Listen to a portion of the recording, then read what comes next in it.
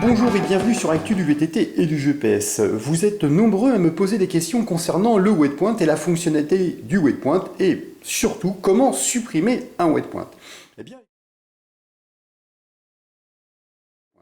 Eh bien écoutez, je vous propose de faire un petit focus sur cette petite fonctionnalité qui me semble tout de même très intéressante. Dans un premier temps, lorsque vous allez créer un waypoint, c'est généralement à l'insu de votre plein gré. Alors comment se passe la création du waypoint? Eh bien tout simplement, on va se rendre sur notre cartographie et on va venir cliquer sur la main ici, par exemple, pour vouloir se déplacer. De temps en temps, on a tendance à appuyer un petit peu trop longuement et on voit apparaître cette épingle, pris de panique, on appuie généralement sur le haut et là, coup de pas de peau, on va créer notre waypoint et là, tel qu'on voit là, on vient de créer une position qui vient d'être enregistrée. Alors le problème, c'est que lorsqu'on répète cette manipulation un peu trop régulièrement, eh bien on a un ensemble de petits pictos qui vont venir se positionner sur notre cartographie et qui vont finir par la encombrer. Alors maintenant, comment allons-nous faire pour pouvoir retirer ce fameux waypoint? Eh bien,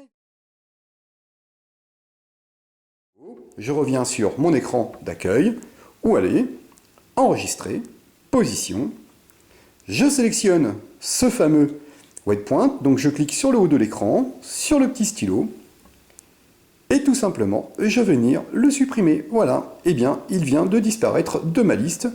Si je viens regarder dans ma liste, eh bien, il a tout simplement disparu.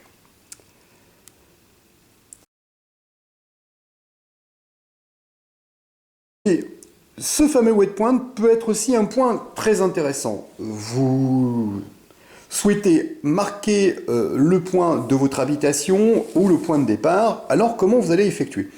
Eh bien tout simplement vous allez venir cliquer sur satellite. Satellite, vous allez cliquer dessus et là vous souhaitez marquer votre position. Vous marquez votre position. Vous pouvez nommer le position, etc., etc. Vous allez pouvoir rentrer des informations, par exemple.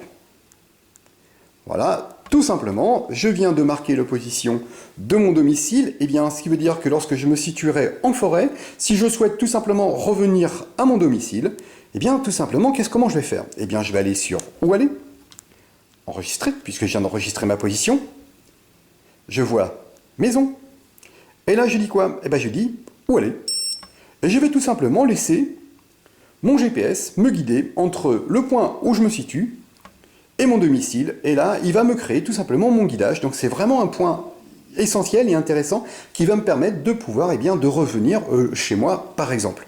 Alors ça, vous pouvez marquer, vous pouvez très bien le faire sur un point de départ. Vous vous trouvez dans une randonnée à un endroit, vous avez un problème technique ou un problème physique et vous souhaitez écourter votre randonnée, et bien tout simplement, en ayant marqué le point, ça vous permet d'y revenir.